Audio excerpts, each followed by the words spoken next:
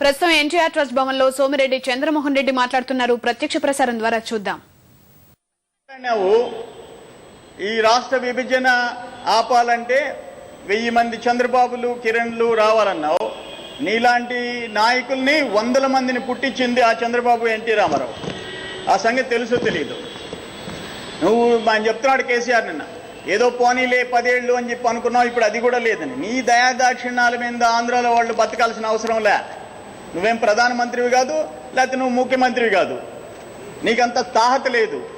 నువ్వు కాంగ్రెస్ పార్టీలో సెక్రటరీగా ఉన్నప్పుడు నేను ఎందుకు ఎక్స్పెల్ చేశాడో ఎంఎస్ సత్యనారాయణ చెప్పాడు. ఆ తర్వాత తెలుగుదేశం నీడని చేరావు. ఎన్టీ రామారావుని చంద్రబాబుని ఆకాశానికి ఎత్తి మాట్లాడావు. తెలుగు జాతి గురించి మాట్లాడావు, సమైక్యం గురించి మాట్లాడావు, పుస్తకాలు రాశావు. ఈరోజు ఆంధ్ర వాళ్ళట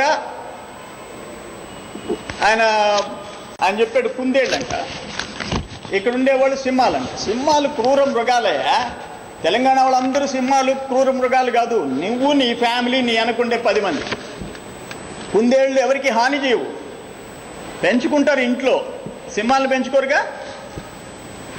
భాషకి హద్దుండాలా నువ్వు మాట్లాడేదానికి. ఒకరోజు నువ్వు మాట్లాడినావు, నిన్న నీకు ఏ షరతు లేకుండా నువ్వు బీజేపీ, జేఏసీ, హరీష్, కేటీఆర్, మొత్తము కోదండరామ్ అందరు కలిసి 1 రోజులు మీరు కుస్తీ పడితే నిన్న సభ నిజాం కాలేజీలో మొత్తం కూడా నిండలా.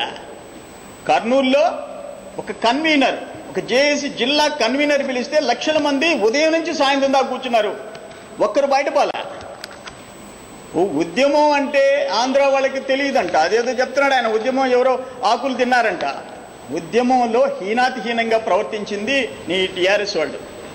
నీ టీఆర్ఎస్ వాళ్ళు అరగుండులు కొట్టుకొని అర్ధనగ్నంగా ప్రదర్శనలు చేసి రోడ్ల మీద దొల్లాడి చేసిందంతా మీరు. మీకెవరో ఆంధ్రాలో ఒక డౌన్ బై ఎవడన్నా మాట్లాడితే నిజమే, వాటిని మేము ఖండిస్తున్నాం. ఆంధ్రాలో కూడా ఎవరైనా మితిమీరి వేరే వాళ్ళని హర్ట్ చేసే పరిస్థితి రాకూడదని ఇప్పుడు కూడా మేము కోరుకుంటున్నాం. తెలంగాణ సోదరులు గాయపడే విధంగా ఎవరు ప్రవర్తించకూడదు అంటాం.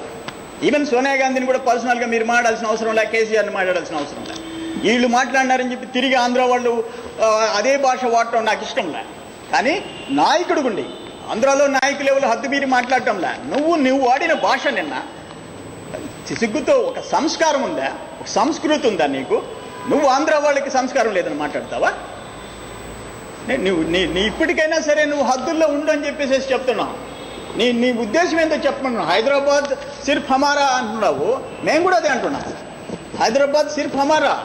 హైదరాబాద్ గురించి నువ్వు మాట్లాడితే నీకు హక్కు ఎక్కడిది? నువ్వు ఏమన్నా ముఖ్యమంత్రిగా ఉన్నావా? ఎప్పుడన్నా హైదరాబాద్ డెవలప్ చేసావా? హైదరాబాద్ తెలంగాణలో సమస్యల గురించి పట్టించుకున్నావు. మేము పట్టించుకున్నాం. ఈ రాష్ట్రంలో ఎన్టీ రామారావు వచ్చిన తర్వాత, చంద్రబాబు నాయుడు వచ్చిన తర్వాత తెలంగాణలో స్వేచ్ఛగా బతికే పరిస్థితి తెచ్చాం. విముక్తి కలిగించినాం. అనేక జీవోలు తెచ్చి వెట్టి చాకిరికి చరమగీతం పాడాం. తెలుగుదేశం దొరల పరిపాలనకి ఫుల్ స్టాప్ పెట్టాం. నీకు ఈ ఆంధ్రప్రదేశ్, తెలంగాణ, హైదరాబాద్ ఏ ప్రాంతం గురించి మాట్లాడే హక్కు నీకు లేదు. మీరు అది ఉద్యమం కాదంటున్నావు. ఇది ఉద్యమమా నీవు చేసేది? నీ కుటుంబం పోషించుకునేందుకు ఉద్యమా? బిడ్డలు ప్రాణాలు పోతే వాళ్ళ శవాల మీద నీ కుటుంబం వసూళ్లు చేసేది ఉద్యమమా? వసూళ్లు లేకుండా నిస్వార్థంగా నువ్వు మాట్లాడిన మాటలకి, ఏకపక్షంగా దిగ్విజయ్ సింగ్ మాట్లాడిన మాటలకి కేంద్రం వ్యవహరిస్తున్న తీరుకి అక్కడ ఉద్యమం వస్తుంది. నువ్వు 13 ఏళ్లలో రోడ్డు మీదకి తెచ్చిన జనం అక్కడ ప్రొద్దుటూరులో, ఒక హిందూపూర్లో, ఒక చీరాల్లో, ఒక డివిజన్ హెడ్ క్వార్టర్స్లో లక్షల మంది వస్తూ ఉంటారు. నీకు దిమ్మ తిరిగిపోతుంది. నువ్వు పెద్ద గొప్ప ఉద్యమ నాయకుడివి. ఉద్యమ నాయకులు ఇంకొక ఉద్యమాన్ని కించపరిచే విధంగా మాట్లాడు. ఉద్యమం అంటే నీకేం తెలుస్తుంది? ఉద్యమం అంటే వల్లభాయ్ పటేల్కి తెలుస్తుంది, ఈ మహమ్మద్ పటేల్కి ఎటు తెలుస్తుంది, అట్నే ఆజాద్ చంద్రశేఖర్కి తెలుస్తుంది, ఈ కె చంద్రశేఖర్ రావుకి తెలియదు. నీ స్వార్థం, నీ ఫ్యామిలీ తప్ప ఇంకొకటి ఉందా అని చెప్పేసి అడుగుతా ఉండా. ఈరోజు అదేవిధంగా టీఆర్ఎస్ పరిస్థితి విలీనం అన్న తర్వాత నువ్వు మళ్ళీ ఎందుకు వెనక్కిపోతుండవో చెప్పు. జగన్మోహన్ రెడ్డికి అక్కడ సీట్లు వస్తాయని చెప్తున్నావు. ఈరోజు ఈ రాష్ట్రంలో కుట్ర జరుగుతూ ఉంది.